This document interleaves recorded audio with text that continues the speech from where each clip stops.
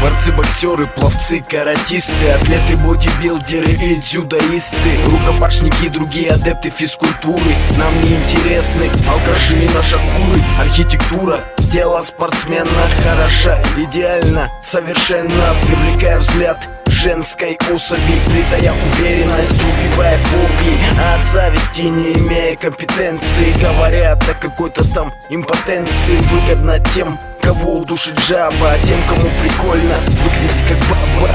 Не раз уличали ложь этой трактовки. Лучше нет потенции, чем после тренировки. Там по перчатке, шингерты, борцовки. Время занятий физической шлифовки. Уважение спортсменам и спортсменкам от души выражаю этим треком. Нас немного, но не так уж и мало, как прежде в теле хоть и многое бывало.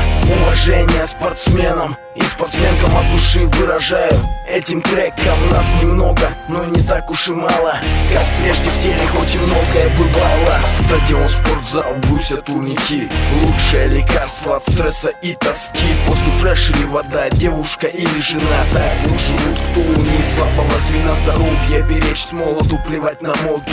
Умирать молодым оставим идиоту.